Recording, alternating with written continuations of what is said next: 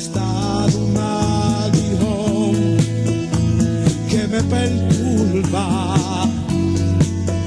Te suplico, Señor, oigas mi juego, pero oigo una voz que me dice: bástate con mi gracia.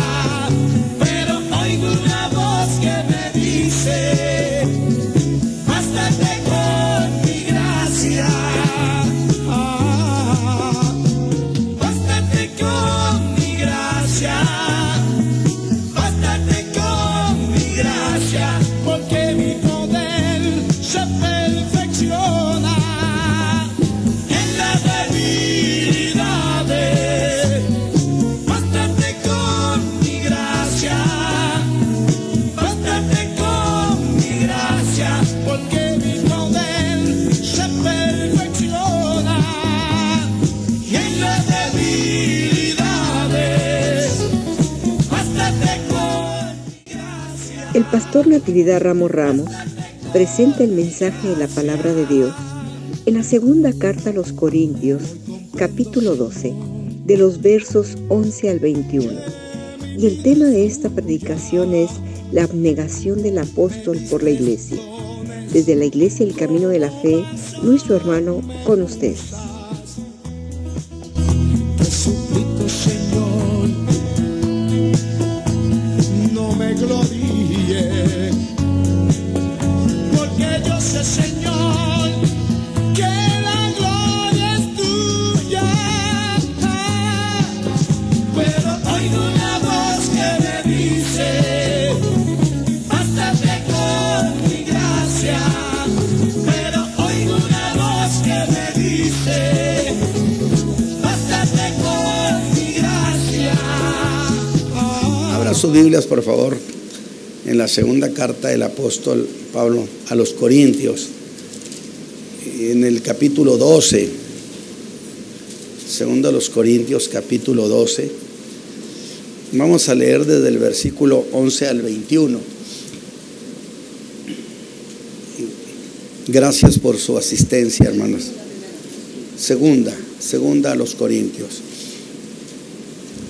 Este es ya el penúltimo mensaje de esta segunda carta. El próximo domingo estaré predicando el último mensaje de segunda a Corintios, que yo revisaba los apuntes cuando hace tiempo estuve predicando sobre esto, primera y segunda a los Corintios, y descubrí que fueron 4 años de puros mensajes sobre primera y segunda a los Corintios.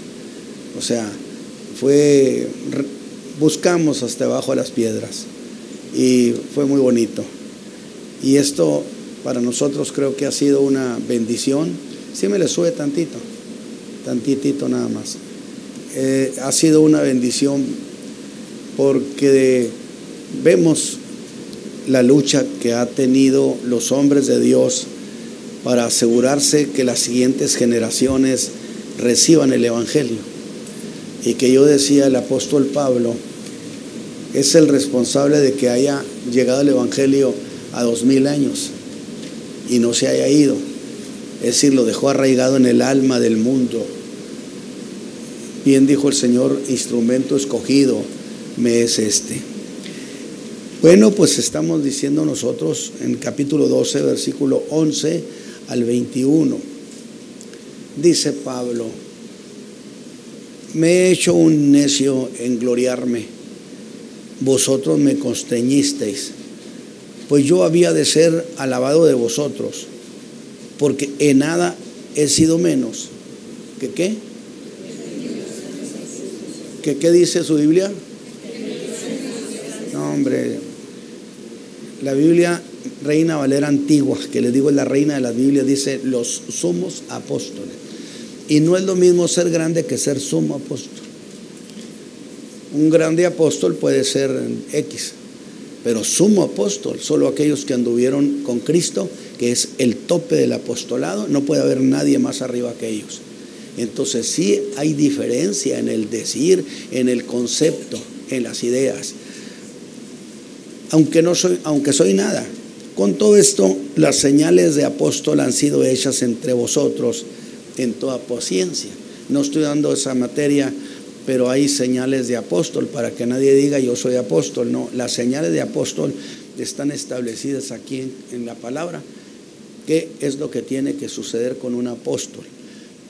En señales, en prodigios y maravillas. Porque ¿qué hay en que habéis sido menos que las otras iglesias, sino en que yo mismo no he sido carga? Perdonadme esta injuria. O sea que ustedes a mí no me han dado nada ni para comer. Perdonen que los injurie. He aquí estoy preparado para ir a vosotros la tercera vez, y no os seré gravoso. No les va a costar nada. Porque no busco vuestras cosas, sino a vosotros. Porque no han de atesorar los hijos para los padres, sino los padres para los hijos. Pero yo de muy buena gana despenderé, o sea, haré el derroche, el gasto. Yo, es de idea del dispendio. Yo voy a hacer dispendio de lo que tengo, y seré despendido por vuestras almas, aunque amándoos más, sea amado menos. Mas sea así, yo no os he agravado, sino que como soy astuto, os he tomado por engaño. ¿Acaso os he engañado por alguno de los que he enviado a vosotros? Rogué a Tito y envié con él al hermano. ¿Os engañó que es a Tito? ¿No hemos procedido con el mismo espíritu y en las mismas pisadas? ¿Pensáis aún que nos excusamos con vosotros? Delante de Dios en Cristo hablamos, mas todo muy amados por vuestra edificación. Porque temo que cuando llegare no os halle tales como quiero, y yo sea hallado de vosotros cual no queréis, que haya entre vosotros contiendas, envidias, iras, disensiones, detracciones, murmuraciones, elaciones, bandos, o que estén organizados en grupos, que cuando volviere me humille Dios entre vosotros, y haya de llorar por muchos de los que antes habrán pecado y no se han arrepentido de la inmundicia y fornicación y deshonestidad que han cometido. Voy para allá, dijo Pablo, y no quiero que me encuentren distinto a lo que ustedes quisieran que me encontraran, porque esta vez voy decidido a poner orden al costo que sea, a ejercer la autoridad.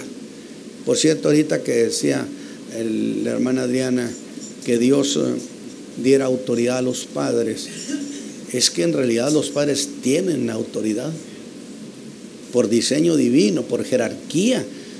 Está establecida la jerarquía de los padres y una tiene autoridad.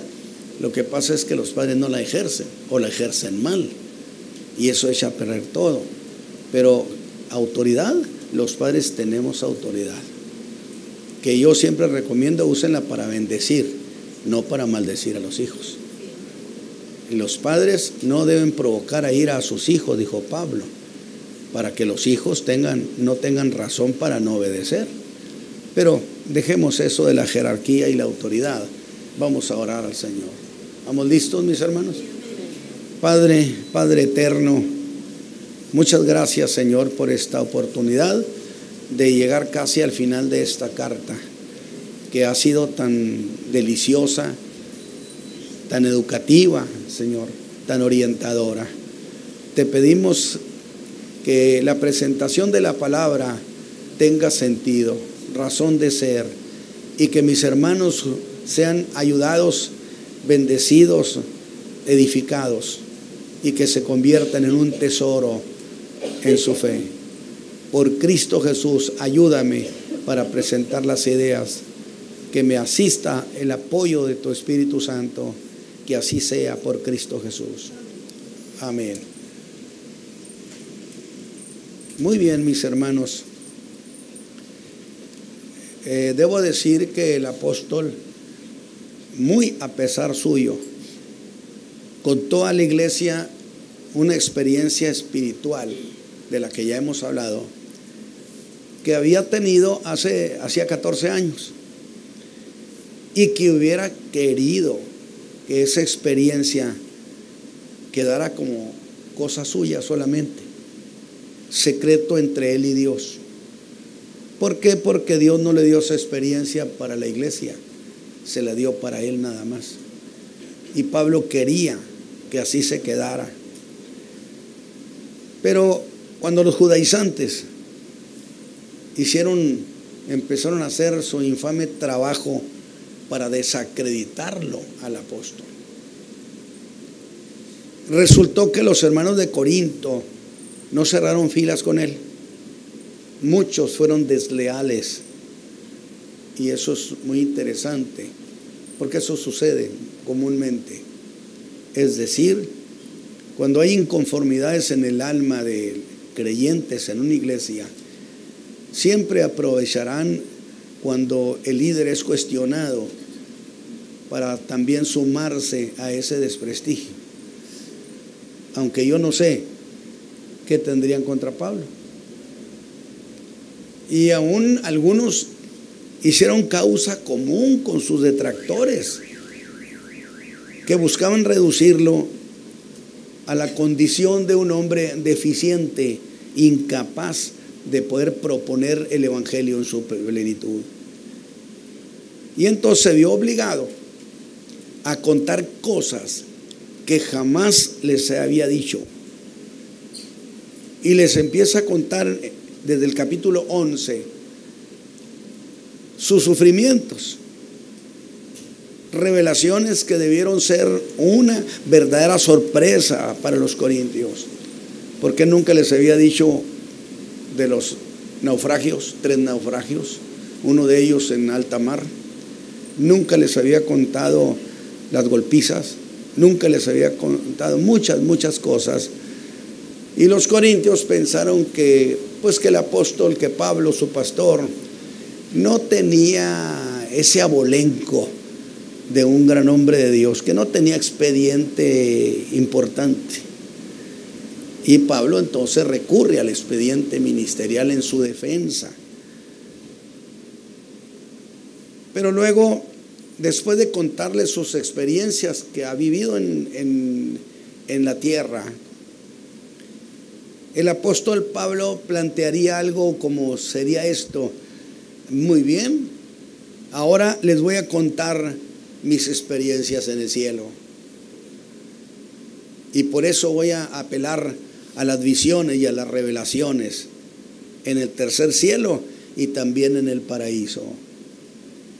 Qué interesante planteamiento está haciendo Pablo. Vea usted, ya estamos pensando en un Pablo en la tierra donde le dieron unas palizas, y estamos viendo un Pablo en el cielo. Es decir, tiene acceso en Cristo.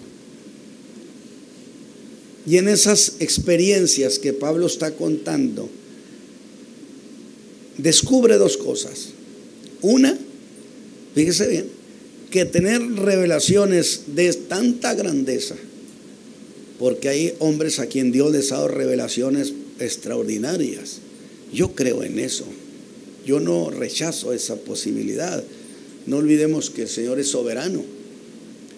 Sin embargo, cuando se dan esa clase de revelaciones de tal grandeza y que se la da a grandes hombres de Dios, pues con todo y eso, existe una muy alta posibilidad de que quien recibe esas revelaciones llegue a envanecerse, a exaltarse, a sentirse muy superior y pensar de él más allá de lo que debe pensar. Ahora, esa versión de que podía el apóstol Pablo engrandecerse a sí mismo, exaltarse por las revelaciones con que fue beneficiado, no fue resultado de una valoración que Pablo hiciera de sí mismo. No, fue el resultado de un diagnóstico que el Señor hizo en Pablo en lo profundo de su alma, y encontró que había muchas posibilidades que ese viejo guerrero de Dios llegara a enaltecerse. Alabado sea Dios. A grado tal había ese riesgo, ese peligro, Pero si pensamos en tanto predicador o hombre de Dios que puede engrandecerse y fracasa, sí, pero no es lo mismo que fracase un Pablo, que es el que está sembrando el evangelio para milenios, y donde el mundo hasta el día de hoy se apoya en lo que él era, en lo que él dijo, en lo que él dijo. Entonces, en ese hombre no podía suceder el fracaso. Pero el Señor vio que estaba latente la posibilidad de fracasar. Y entonces decide intervenir. El Señor decide intervenir para impedir que eso sucediera. No hay duda que el Señor se atraviesa en los pasos del hombre. Es decir, se atravesó Él. Y dice Pablo, ¿qué hizo el Señor conmigo? Me puso un aguijón en mi carne, me puso una espina. Y eso de espina es un lenguaje figurado de algo que es muy molesto. Ustedes saben cuántas veces se ha hincado una espina, y qué molesto es traer una espina, qué latoso. Pues eso es justamente, el Señor le puso algo que lo molestaba mucho. Tan molesto, dije, como traer una espina clavada. Ahora, aclara una cuestión el apóstol Pablo,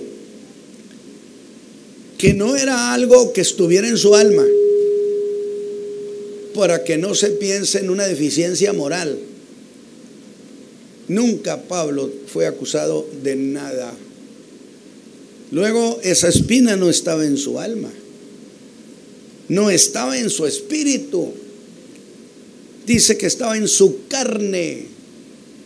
Muy categórico. Me la pusieron en mi carne. Por lo tanto, tenía que ser algo de consecuencias físicas u orgánicas. Ahora, jamás reveló el apóstol Pablo en qué consistía, aunque dice que era tan molesto. El mensaje pasado decíamos que estaba fastidiado el apóstol Pablo, y 3 veces lo rogó al Señor que se la quitara, que se apartara de él, no el Señor, que se apartara de él esa espina en su carne, ese problema. Y al tercer ruego, el Señor le contesta y recibió una negativa que no se puede negociar. Hay cosas que el Señor decide que no las negocia. De la que se entiende o de lo que se debe entender, que esa espina había de padecerla hasta el último día de su vida. Y yo estoy pensando en un Pablo que se va haciendo viejito. Pero Pablo se iba haciendo viejo a llegar a viejito, ancianito, y todavía cargando esa espina que le impedía engrandecerse. Digo, pienso, habrá ancianitos que se engrandecen, ancianitos, muy ancianitos. Y le fue puesto eso por causa de las revelaciones que le había dado el Señor. Por lo que, aunque Pablo llegara a ser un anciano, mire, hermano, yo lo que estoy viendo es cómo el Señor defendió que su evangelio, el evangelio de su Hijo, no se trastornara. Que nadie pudiera abrir la boca contra ese hombre por el que proponía este evangelio. Y se le atravesó. Qué bueno es que Dios se atraviese también nuestro camino. Alabado sea Dios. Alabado sea Dios. Y estoy pensando que podía llegar a un anciano, aunque ya cuando escribe él dice Pablo el anciano, y aún más que llegara a ser un ancianito. Y yo digo, podía llegar a ser el ancianito. Si no le quitas eso, podía llegar a ser el ancianito que se envaneció cuando ya era ancianito. Sí, existía esa posibilidad hasta el último momento de su vida. Qué interesante. Era el diagnóstico que el Señor Jesús había hecho, porque el envanecimiento pervierte muchas cosas. Todo hijo de Dios debe evitar eso de envanecerse, de gloriarse, de no perder la humildad. Ahora, para lo que él representaba, no convenía terminar en un ancianito envanecido, que apenas pudiera balbucear, pero estaba contando hazañas que se las atribuía a él, envanecido. Escuche bien, no estoy pensando en el Pablo de su tiempo, estoy pensando en el Pablo de todos los tiempos, porque Pablo es de nuestro tiempo, alabado sea Dios, porque Dios lo hizo intemporal en esos términos, porque es su evangelio el que prevalece en toda la tierra. Amén. Alabado sea Dios. Amén.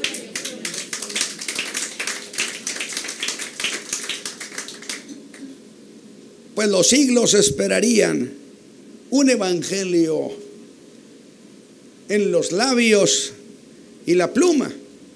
Sí, pero viniendo de un hombre humilde. Si no venían de un hombre humilde, perdería eficacia. Porque después, antes de la caída, dice, está la soberbia, dice la Escritura. Porque la soberbia en el creyente, mucho menos en el líder espiritual, en el hombre de Dios, no es buena compañía para el evangelio. Este evangelio necesita compañeros de gran humildad y sencillez. ¿Nos enseña algo esto, hermanos?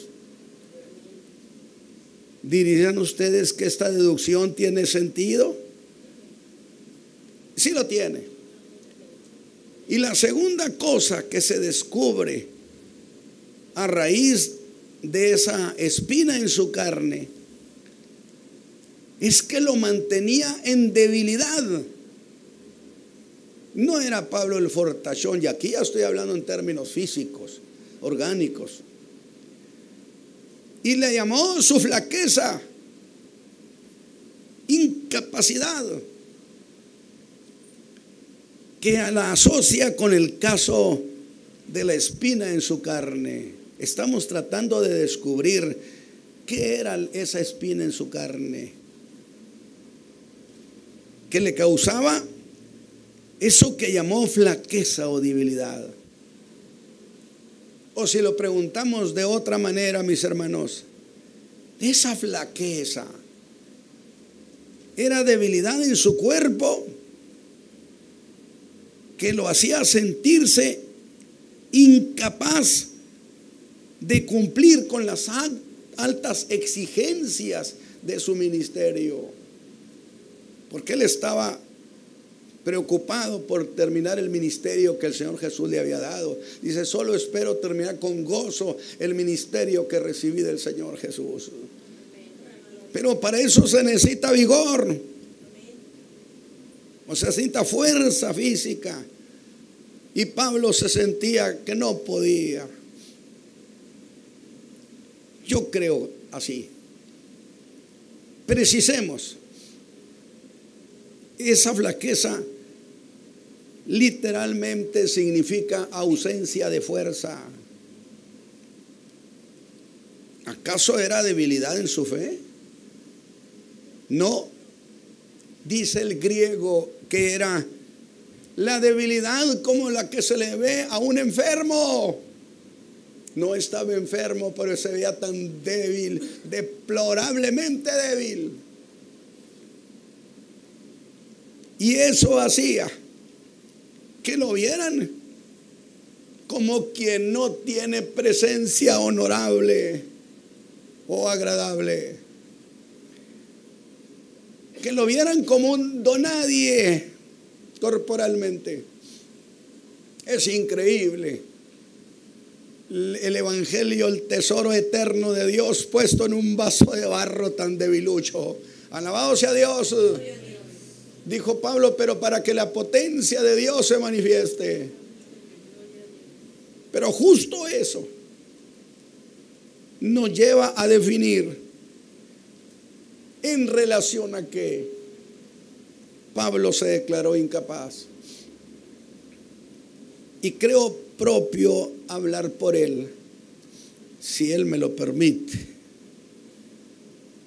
Me declaro incapaz por la debilidad tan desastrosa de mi cuerpo, que me convierte en un incapacitado. Y la tarea es tan grande que el Señor Jesús me encomendó, que no puedo fallarle. ¿Cómo le hago? Pero frente a eso, frente a la gran tarea que me está más allá de mis fuerzas, y eso me duele mucho, pero luego reconoce que el Señor Jesús tampoco lo dejó al arbitrio de esa debilidad. No lo dejó rehén de la debilidad, ni prisionero de la debilidad, porque le había encargado un trabajo y él sabía que tenía que hacerlo, y interviene también el Señor. Alabado sea Dios.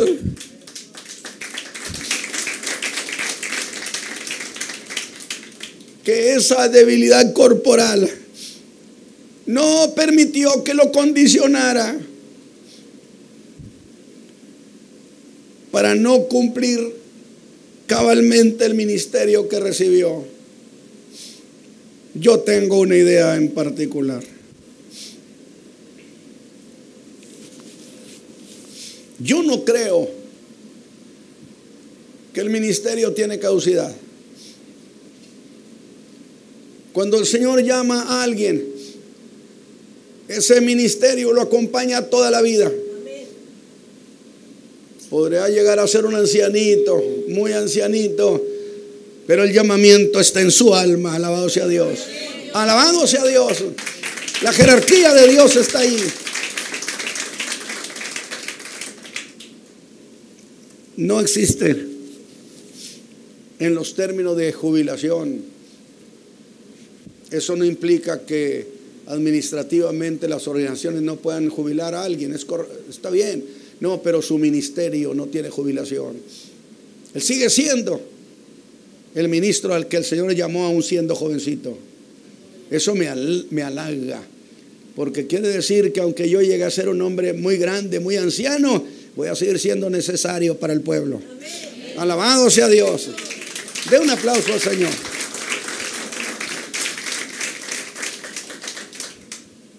Qué cosa tan grande, que el trabajo que nos encomendaron no caduca, y hará el Señor todo lo necesario para que terminemos con gozo el ministerio. Yo le ruego al Señor que haga eso conmigo. Se lo ruego con todo mi corazón. Pero cuando vio en él, el Señor vio en Pablo que llegó a ese no puedo, ya no puedo. Fue allí, en ese momento del ya no puedo, donde el Señor lo entera que sí podía. Precioso Señor. El Señor nunca nos deja tirados. Nunca, nunca, nunca. Y si nos llamó a un trabajo, el ministerio va a darnos todo el tiempo y los recursos para terminarle su trabajo. Alabado Dios.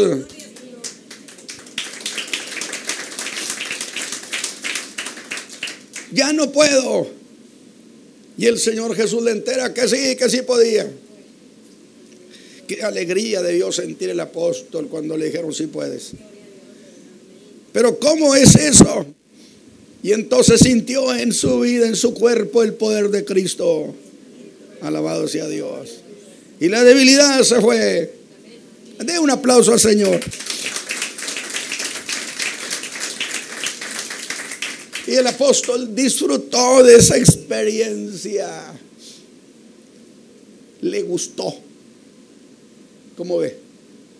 Debió decir, qué delicia. Pablo el flaco, el ancianito que ya no puede, resulta que me siento joven. porque el Señor me dijo que sí podía, si Él me daba su poder. Y entonces, muy emocionado y complacido, dice: de buena gana me gloriaré en mis flaquezas. Alabado sea Dios. Alabado sea Dios. De buena gana. ¿Cómo se lo imaginas? ¿No? Feliz. Cuando me siento muy débil, ya sé que va a llegar el poder. Y qué rico se siente ese poder. Nosotros podemos experimentar eso. O sea, yo no estoy hablando nomás de Pablo, estoy hablando de cosas que suceden con nosotros, en muchos términos. En Pablo era físico. Pero viene otra cuestión colateral. ¿Y cómo se mide esa flaqueza? Y en mi búsqueda, porque yo me pregunto cosas y no estoy contesto hasta que me las contesto. Y me las contesto satisfactoriamente conforme a la Escritura. Me encontré en la misma idea de la que echó mano en el capítulo 10,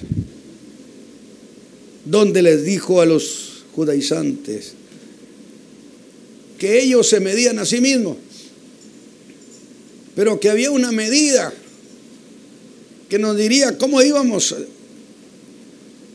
y eso era según el trabajo que el Señor les había encomendado, cuánto de eso habían hecho. Y yo se lo digo con todo mi corazón. Yo siento felicidad porque he acelerado el paso para no dejarle pendiente a mi Señor nada. Y le ruego que me ayude a que no me quede pendiente nada. Alabado sea Dios. Que no me quede pendiente nada.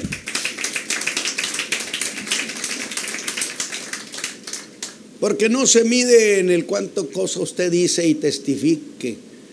No. ¿Qué le encargaron hacer? ¿Qué le encargaron hacer?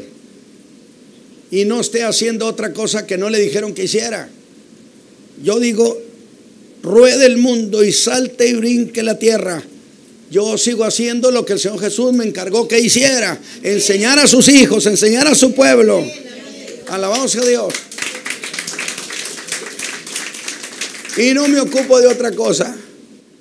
Y soy muy feliz, no poniendo mis ojos en otras cosas que me distraigan, que me preocupen. Y esto lo he aconsejado a muchos ministros: ponte a hacer lo que te dijeron que hicieras y vas a ser feliz. Alabado sea Dios.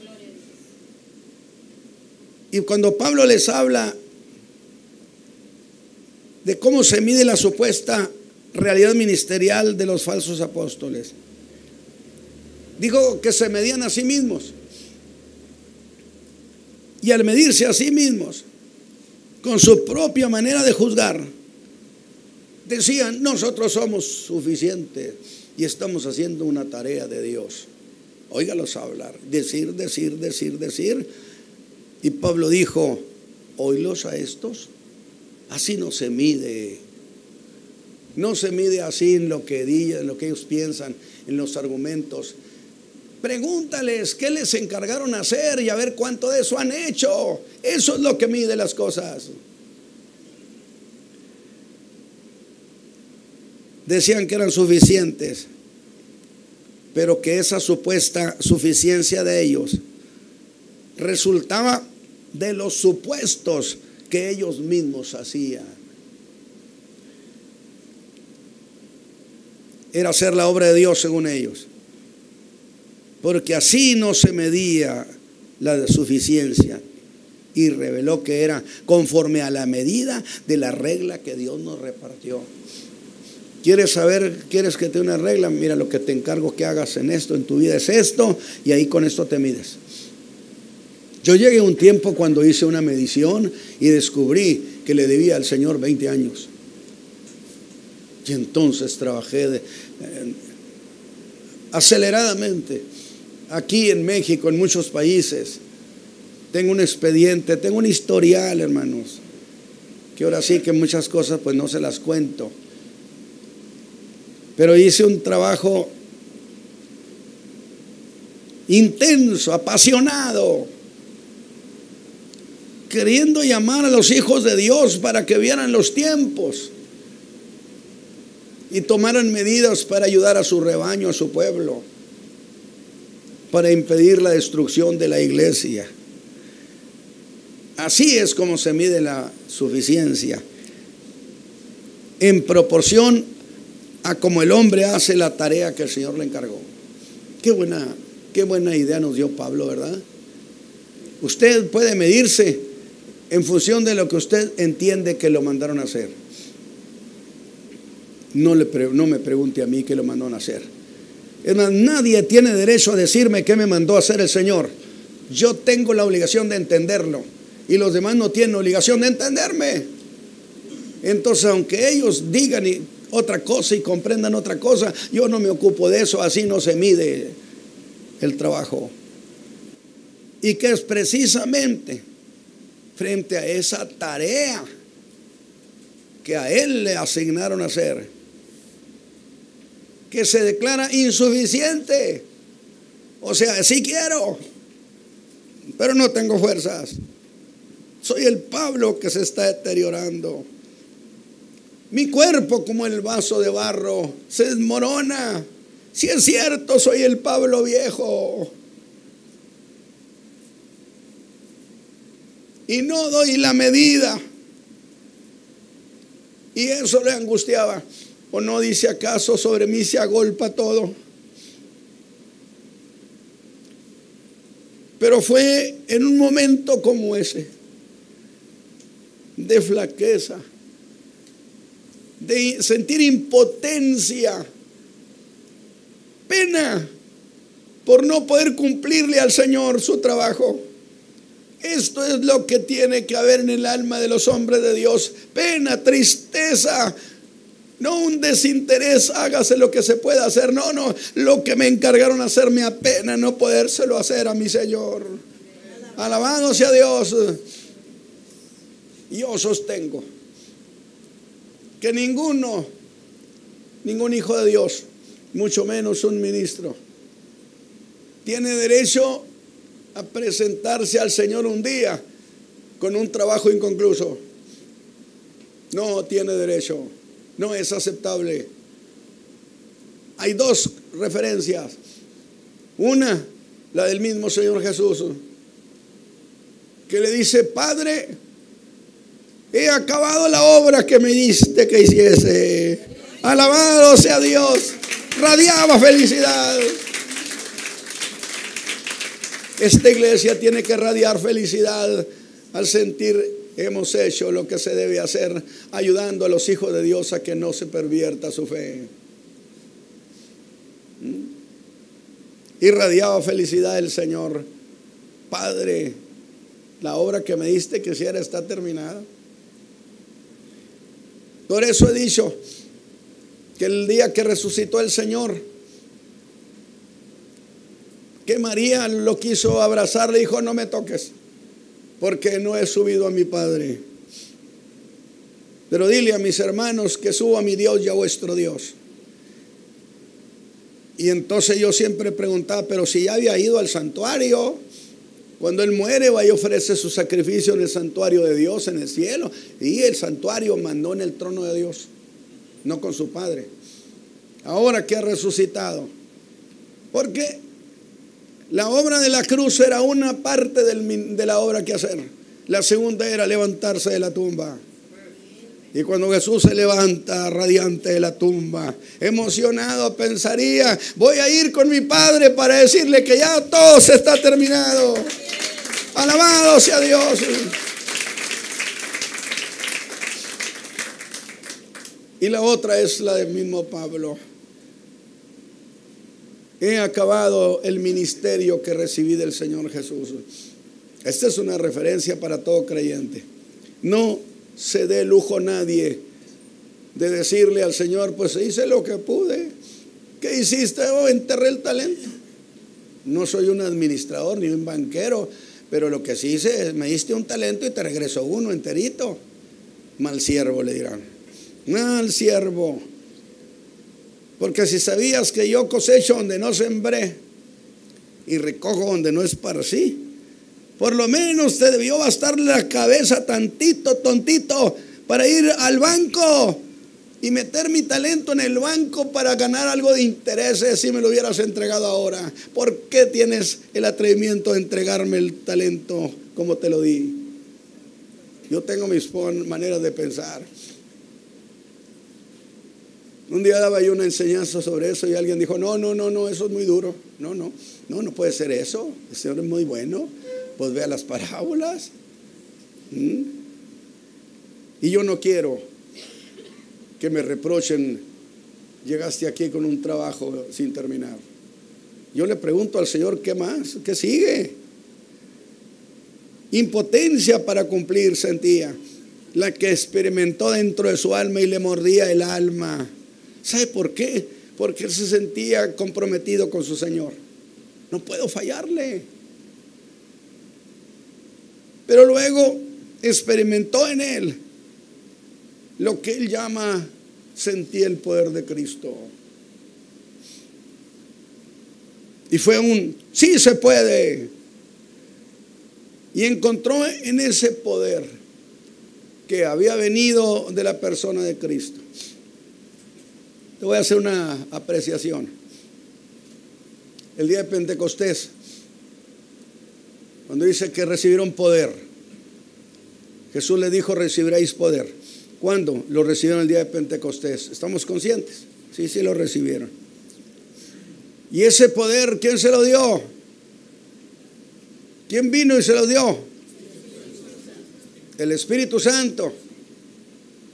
Pero entonces, ¿poder que tenía el Espíritu Santo el que se lo dio? No, señores. Jesús dijo, Él tomará de lo mío. Significa que el Espíritu Santo tomó del poder de Cristo y vino y se los entregó a los hermanos. Alabado sea Dios. Alabado sea Dios. ¿O no está escrito eso? Él tomará de lo mío. Qué precioso. Por eso cuando Pablo habla de que fueron consolados, yo encontré en la idea de la Escritura que fueron consolados con la misma consolación con que el Padre consoló a su Hijo.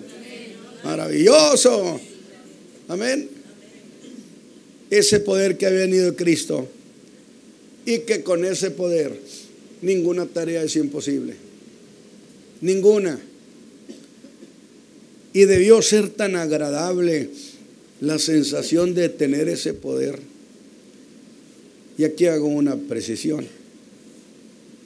Es que ese poder que experimentaba, insisto, era el mismo poder, y ahora sí preciso, era el mismo poder con que el Padre en el río Jordán había revestido a Jesús.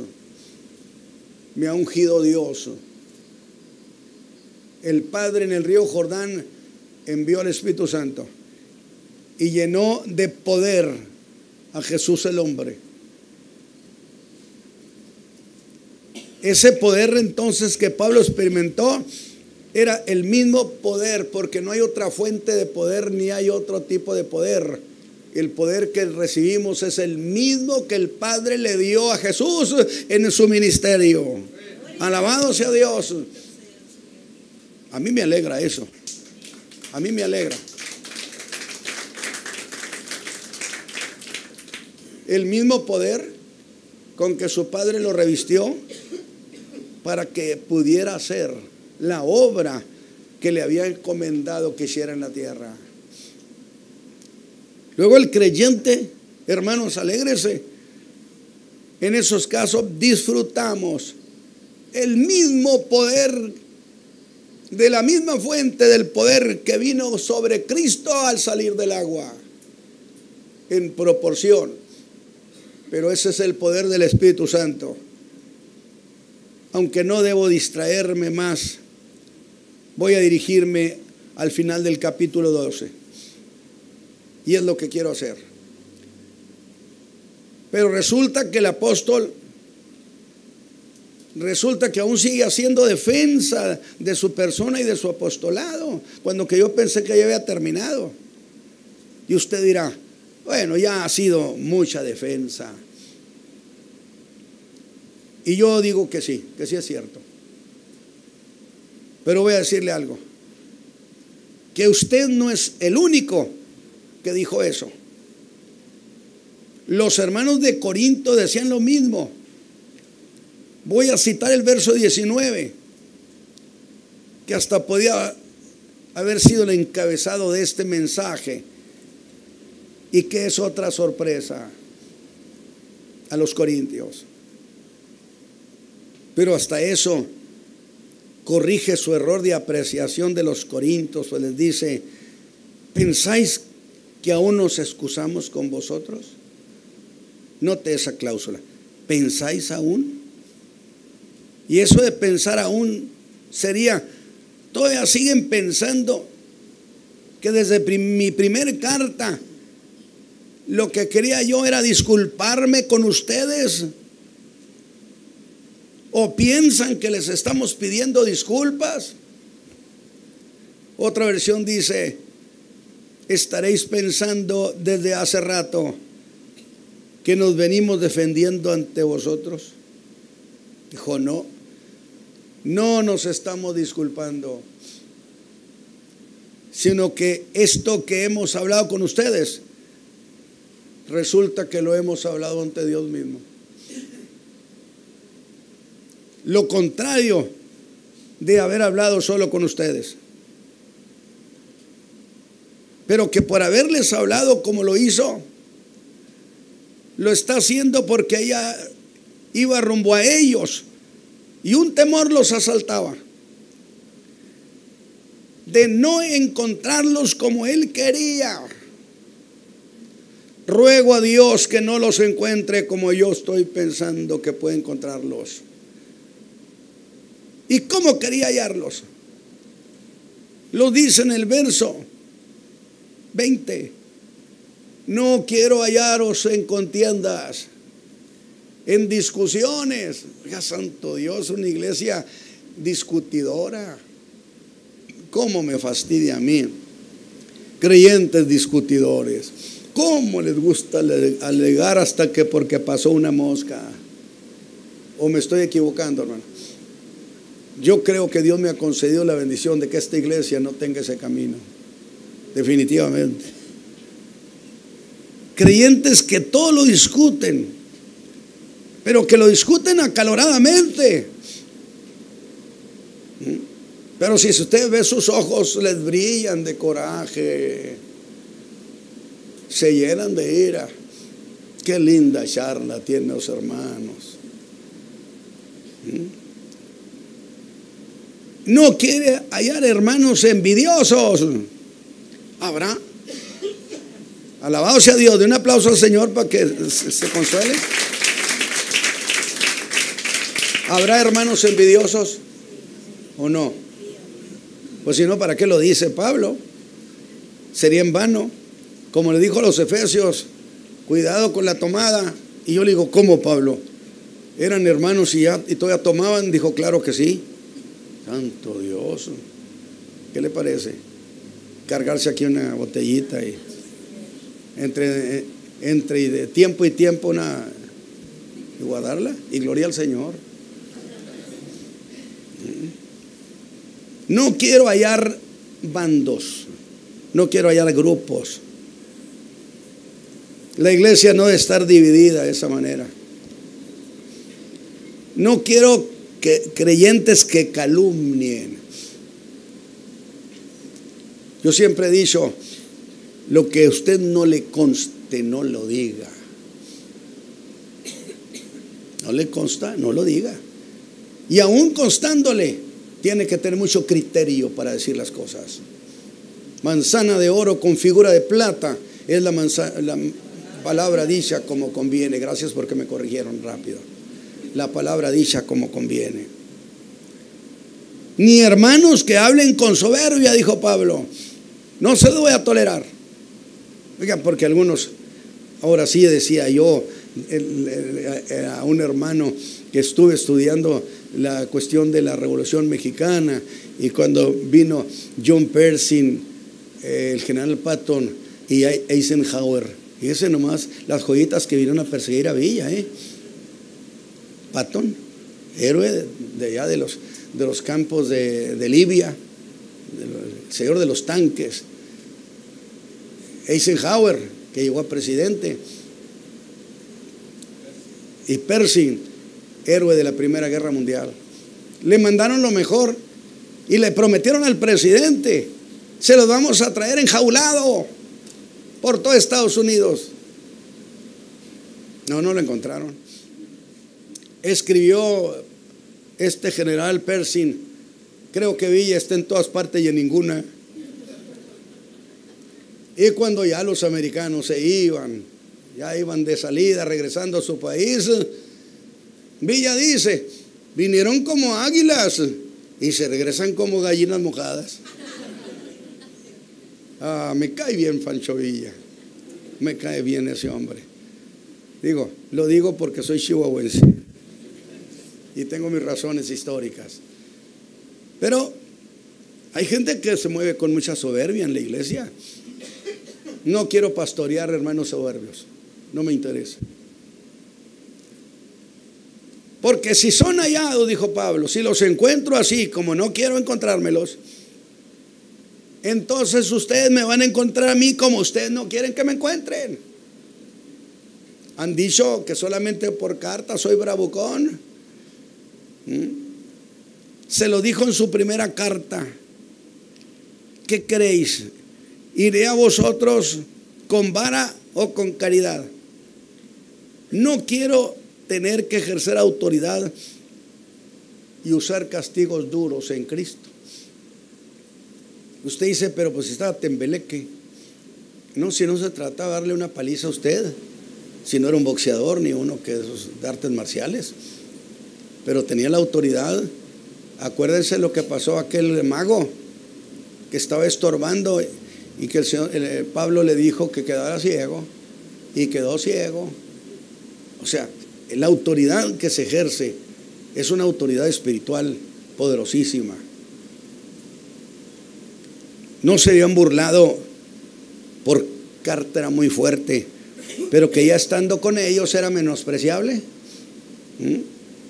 Les había advertido: encontrarán que soy como soy por carta. Lo seré estando presente. Pero luego hace un vuelco y dentro de esa dureza de palabras les habla con ternura.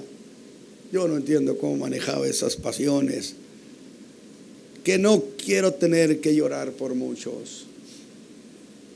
Qué gran pastor era ese, qué pastorazo, que no disfrutaba con tener que hacer cosas con los hermanos, que él tenía solo una causa. Mi causa, dice, es solo edificarlos en Cristo Jesús. Quiero llevarlos ante el Señor Jesús como creyentes consolidados. Alabado sea Dios. Esa es la meta de un pastor, de un predicador, de un enseñador de la palabra. Qué lindo sería que todos los que somos aquí en la iglesia estemos la mayoría con el Señor un día. Sería maravilloso, ¿verdad? Pero es mucha belleza pedir eso, ¿no? ¿O si es posible? Dijo Pablo: yo no puedo, pero descubrí el secreto muy agradable cuando sentí el poder de Cristo. Alabado sea Dios, alabado sea Dios.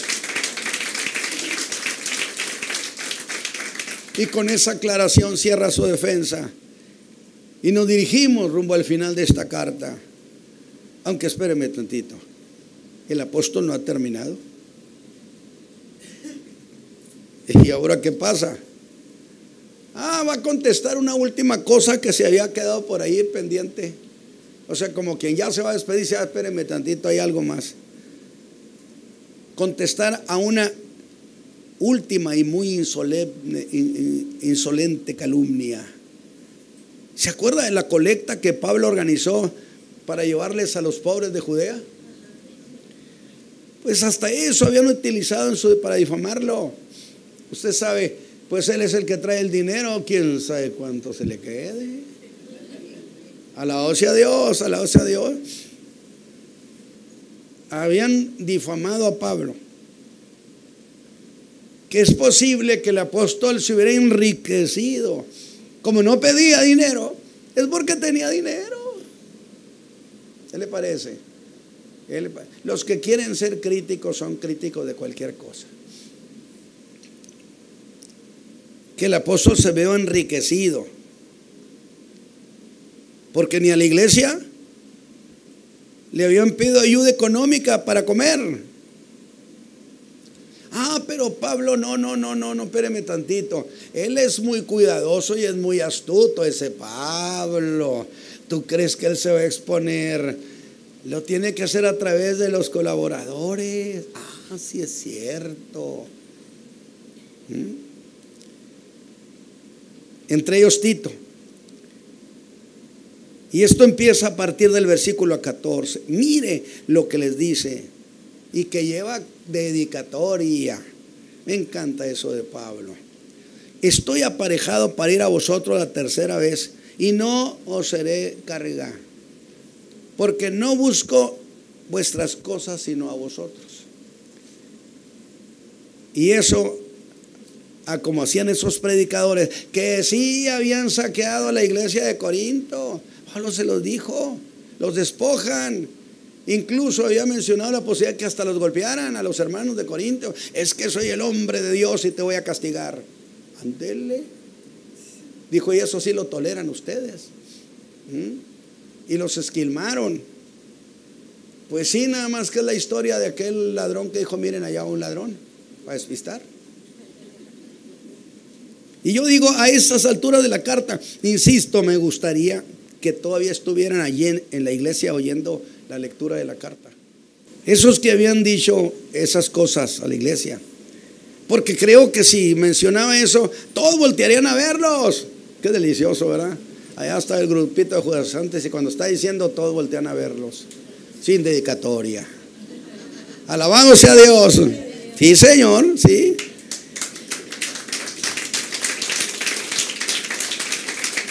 Y les advierte, ya voy a ir terminando, les advierte que va a gastar lo suyo. Y agrega, a mí mismo me gastaré todo entero, aunque yo me derroche. Aunque amándoos más, sea amado menos.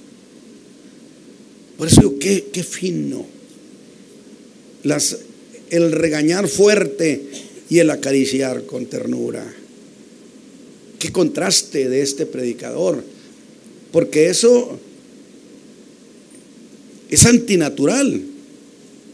Sería que mientras el amor de Pablo se crecía, el amor de ellos iba a menos. ¿Qué sabe que hubiera pensado quizá medio mundo? Déjalos, hermano Pablo, un montón de malagradecidos.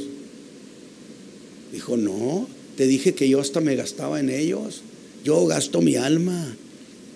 Yo los voy a amar cada vez más, aún a sabienda que me amen menos. ¿Cuál es el problema? Yo lo que quiero es ganarlos para Cristo Jesús. Alabado sea Dios. No el revanchismo. Ningún predicador de Dios debe ser revanchista en ningún sentido. Ningún creyente debe ser revanchista. Eso de que se la estoy guardando para cuando se ofrezca, ¿no? Alabado sea Dios. O eso de que no le dije, pero sí le dije. ¿Te fijaste cómo se quedó? Usted hubiera de oír mis sermones en Santiago por ese lado. Pero vea esas preguntas. ¿Acaso os he engañado por medio de los que he enviado a vosotros? ¿Les he explotado por medio de alguno? ¿Acaso los engañó Tito? Porque Tito era el que había levantado la colecta. Y Pablo mandó a Tito por delante y le dijo, Tito, los corintios dijeron que sí, pero tú sabes cómo son, muy emotivos, echan la casa por la ventana. Necesitamos ayudar a los hermanos pobres de Judea. Amén, hermano, hay que apoyar, seguro que sí, gloria a Dios. ¿Quiénes? Pues yo y todos. Dijo, ¿sabes qué, Tito? Mejor vete por delante, no vaya a ser que no tenga nada. Y Pablo le dijo, si la ofrenda es muy grande, yo quiero que manden un comité conmigo de ustedes para que les conste esa ofrenda, que por cierto cuando llegó a Jerusalén se la entregó a Santiago, el pastor de la iglesia, y yo no encuentro ni siquiera que le dijera gracias. Perdóname, Santiago, pero no te oí. Alabado sea Dios. Debieron decir, ahí viene este latoso. Hermanos, hemos terminado casi estas ideas del apóstol Pablo que han sido tan gloriosas. Siempre debe acompañar al creyente y al ministro la ternura en Cristo. No al revanchismo, no al odio, no a la venganza, no al poner emboscada. Alabado sea Dios. No acepto que ningún creyente cometa esas maneras de vivir y hacer las cosas. Cristo Jesús nunca lo hizo. ¿Acaso no sabía de sus enemigos? Sin embargo, los favoreció a todos. Ahí nos vamos a quedar con este penúltimo mensaje que a mí me ha parecido esta historia. No es tanto predicación, sino enseñanza en manera de predicar, pero que a mí me encanta. Y lo que más les gustó, ¿cuál sería, hermanos? A ver, ¿cuál sería en este mensaje? ¿Sabe a mí qué me gustó, hermanos? ¿Sabe qué me encantó? Cuando Pablo dijo, ya no puedo. Y no puedo por la tarea tan grande, todo se me viene encima. Y yo estoy desvanecido, soy un hombre que ya no tengo fuerza. Ya no puedo, Señor. Y en ese momento el Señor le dice, sí, se puede. Y experimenté, dijo, el poder de Cristo en mí. Y me sentí tan feliz, tan halagado, que entonces me gusta más esto que lo otro. Alabado sea Dios. Qué emoción se vive en Cristo. No el hombre amargado que se enoja por todo, que está discutiéndolo todo, que no me dieron, que sí le dieron. No. Un hombre que disfruta, que tiene placer aún en las cosas difíciles. Si usted como creyente no alcanza a tener placer en lo que le sucede, me refiero en lo que el Señor le ayuda, lo saca adelante, y se está fijando en lo que mal le ha ido, que supuestamente le ha ido mal, usted no ha aprendido a vivir la vida en Cristo. Yo he aprendido a glorificar al Señor en cualquier circunstancia y a decir, por algo lo hizo el Señor. Debe tener una buena razón, y si Él hizo esto, entonces es bueno. Y el Señor le dice, sí se puede. ¿Cómo, Señor? Con mi poder. Y lo hizo sentir en su cuerpo. Dice Pablo, qué delicia. Por eso entonces me gloriaré más en mis flaquezas, porque cada vez que me veo así flaco físicamente, resulta que el poder de Dios lo manifiesta en mí. Entonces me gusta más esto que lo otro. Qué lindo, ¿verdad? Un hombre contento. Pues dijo, terminaré con gozo el ministerio. Yo sostengo que el ministerio se debe terminar alegre. No creo en que un ministerio debe acabar, aunque sea ancianito, renegado, enojón, belicoso, limoncito. Debe terminar contento. El creyente tiene que terminar su vida contento. Digo, porque si Cristo no hizo posible darnos contentamiento, pues qué cosa. ¿Sí? O vaya hacia el cine, o vaya aquí, allá, no hay problema. Cristo hace feliz. Damos gracias a Dios porque una vez más el mensaje de la palabra de Dios ha construido nuestras vidas, y esperamos que usted siga en esta emisión y que la palabra de Dios le construya, le edifique y le bendiga grandemente. Que el Señor Jesucristo sea con ustedes. Amén.